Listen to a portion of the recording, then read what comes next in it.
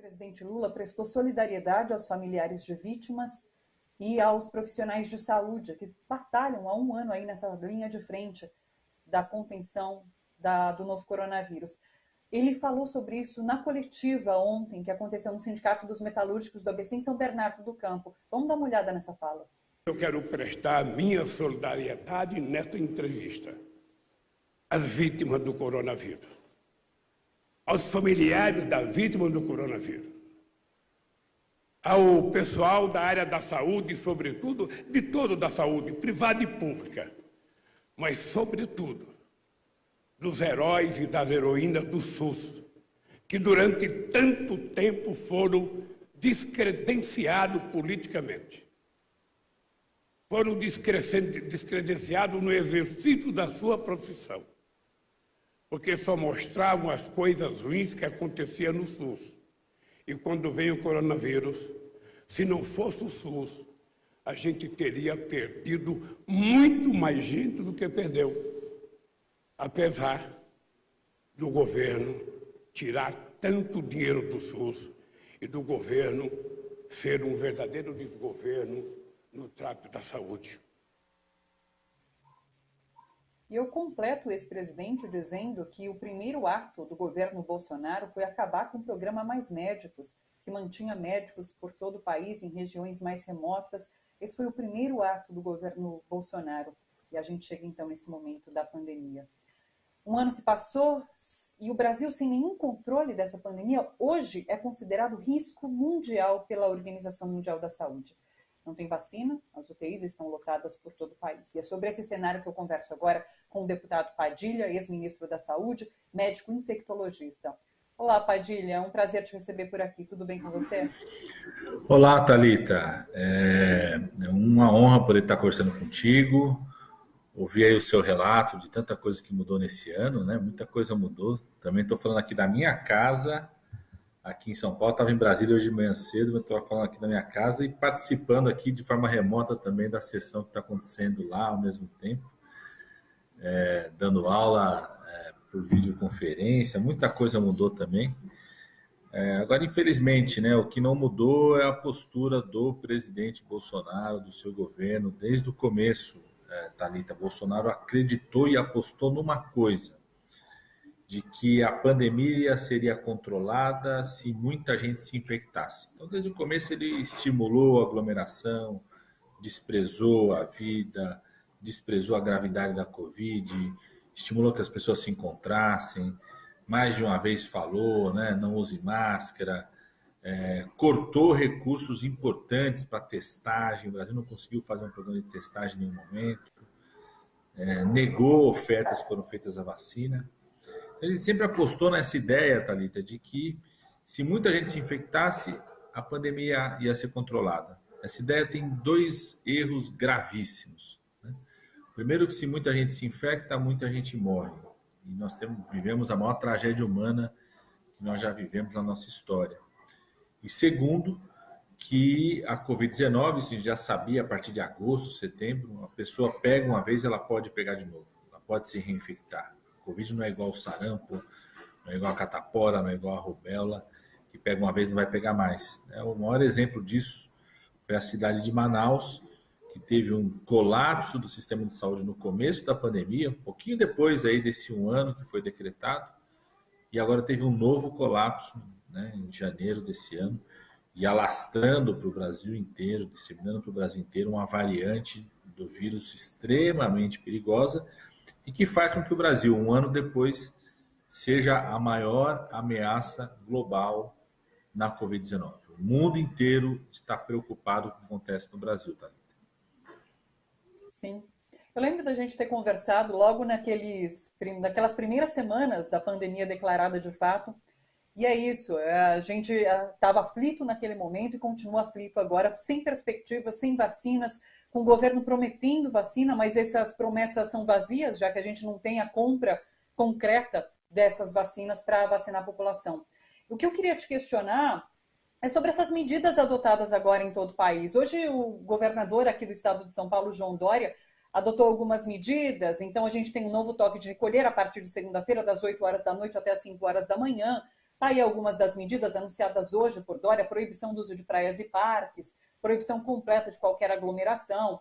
Enfim, ele anunciou uma série de medidas. Escolas estaduais agora vão ter recesso até o dia 28, mas me parecem medidas tímidas frente aos números que a gente tem. Ele mesmo colocou quase 90% de ocupação de leitos de UTI, mais de 9 mil pessoas internadas em todo o estado de São Paulo.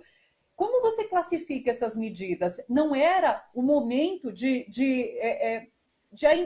endurecer de fato essas medidas, de fazer esse lockdown que o Brasil em momento algum fez? Seu áudio, Alexandre. Pronto. As medidas são fracas e tardias. Hoje, qualquer pessoa que estiver nos assistindo, que se infectar por Covid-19, se expor hoje, se infectou e precisar de um leito de UTI na região metropolitana de São Paulo, não vai ter esse leito de UTI fácil. Nós temos centenas de pessoas na fila para leitos de UTI, seja na rede pública ou na rede privada, na região metropolitana de São Paulo, em várias regiões do estado de São Paulo. A realidade, inclusive, é a primeira vez, desde esse ano da pandemia, Thalita, aqui, o país inteiro, né, todos os estados estão numa situação de mais de 70% de ocupação dos leitos de UTI. Isso aconteceu em 2020 ao longo do ano. Às vezes um estado estava na situação, outra região demorou mais. Foi ao longo do ano isso. Com essa nova variante, com o que aconteceu em Manaus, a aglomeração que aconteceu no final do ano, em janeiro, fez com que todos os estados estejam nessa situação. Eu defendo aquilo que defende os secretários estaduais de saúde, que cada região por região do país, porque o Brasil não é homogêneo, mas região por região do país, que tiver mais de 80% de ocupação dos leitos de UTI, tem que se fazer um fechamento rigoroso das aglomerações na circulação nas cidades, porque quando está internado na UTI, Thalita, é como se fosse o retrovisor de um carro. A lotação da UTI é uma coisa porque a pessoa se infectou há 10, 15 dias atrás, ou seja, é a ponta do iceberg. Se tem uma pessoa na UTI, tem várias pessoas que estão em enfermaria e que podem ir para a UTI, ou pessoas que se infectaram e ainda não manifestaram sintomas. Então, precisamos fazer um fechamento rigoroso. Então, as medidas são tardias, porque desde fevereiro a gente apontava essa necessidade. Quando começou a segunda quinzena de fevereiro, eu cheguei a fazer um alerta dizendo ou tomava-se medidas enérgicas, rápidas, para acelerar a vacinação e fechamento das cidades e reabertura dos leitos que haviam sido fechados. Aí uma culpa importante do governo federal, porque o governo federal cortou os recursos para a abertura dos leitos quando virou o ano. Ou se fazia isso, a gente teria o pior mês de março. Infelizmente, nós estamos tendo, como março, o pior mês da pandemia. Ontem foi mais um recorde, mais de 2 mil pessoas que infelizmente perderam a vida.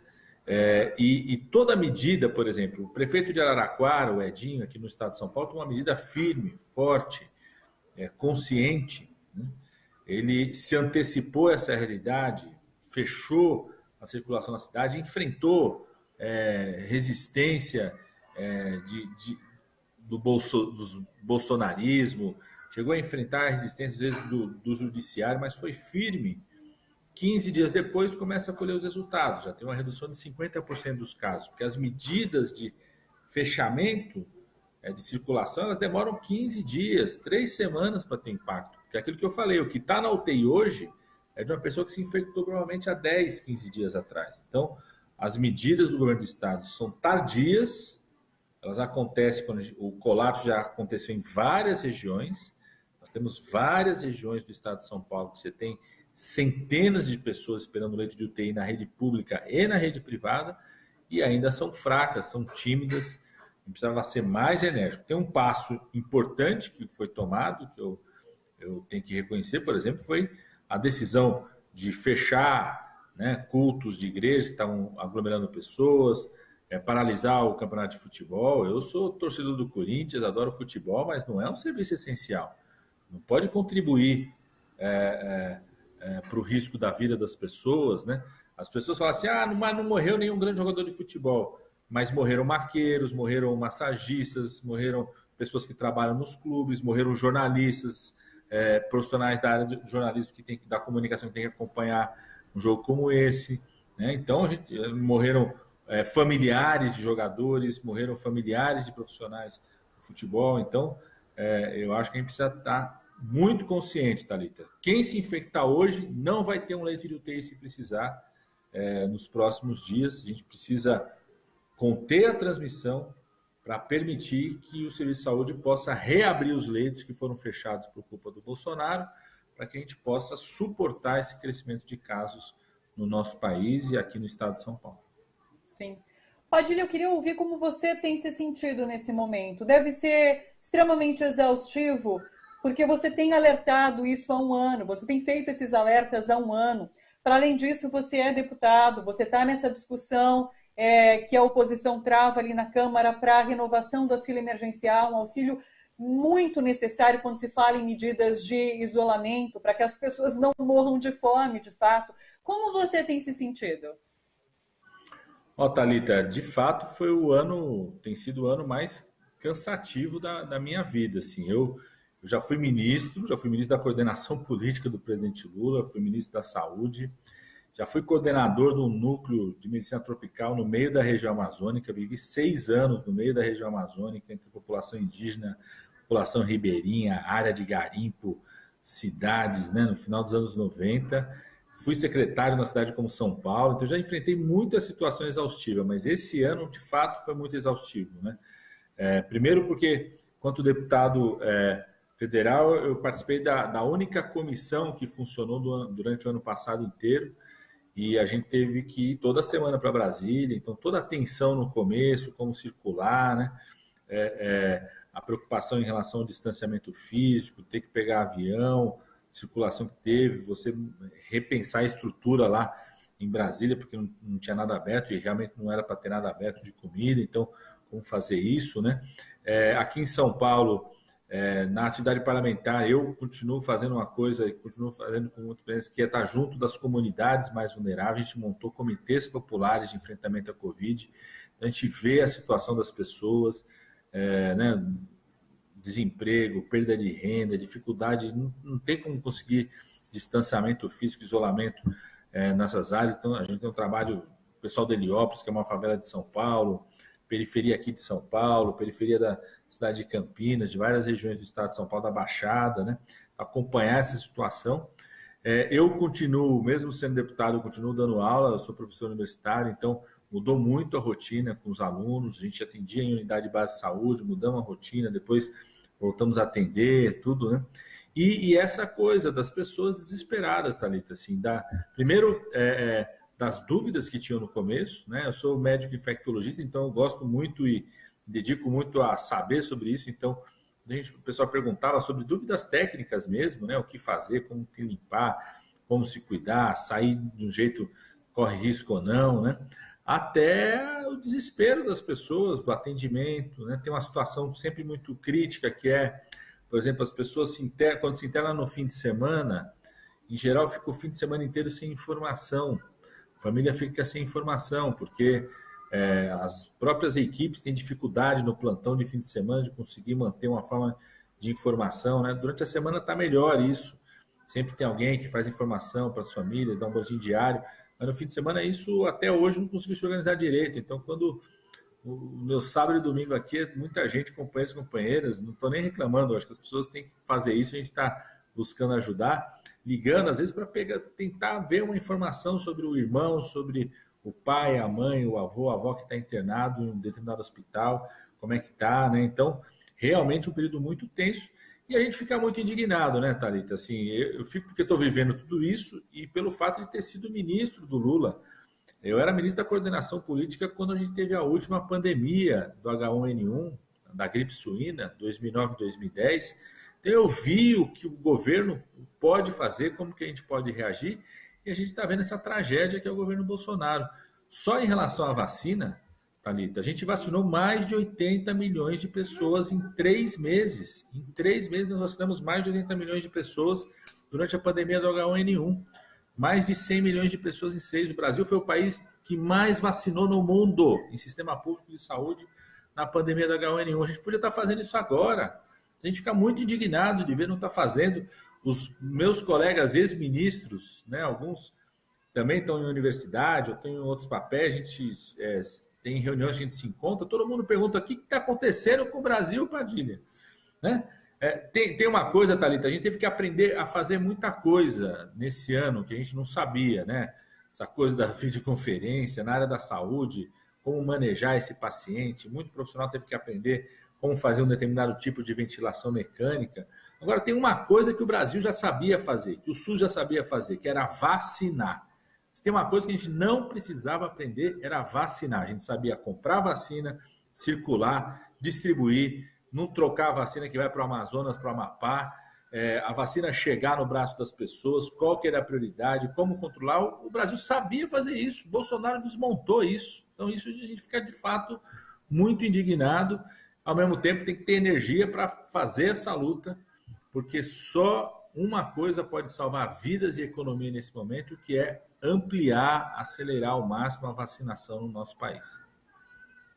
Que tristeza tudo isso, de fato, ainda mais você tendo vivenciado que foi a política ali do governo Lula, realmente é de uma tristeza enorme. Padilha, agradeço demais a sua participação aqui com a gente, viu? Até a próxima vez, uma boa tarde para você. Até, obrigada. Eu que agradeço, viu, Thalita? E a gente vai superar isso, isso vai passar e vocês vão poder reorganizar e refazer o programa Bom para Todos, como vocês tinham projetado e tiveram que interromper aí há um ano atrás. Vamos superar essa, viu, Thalita?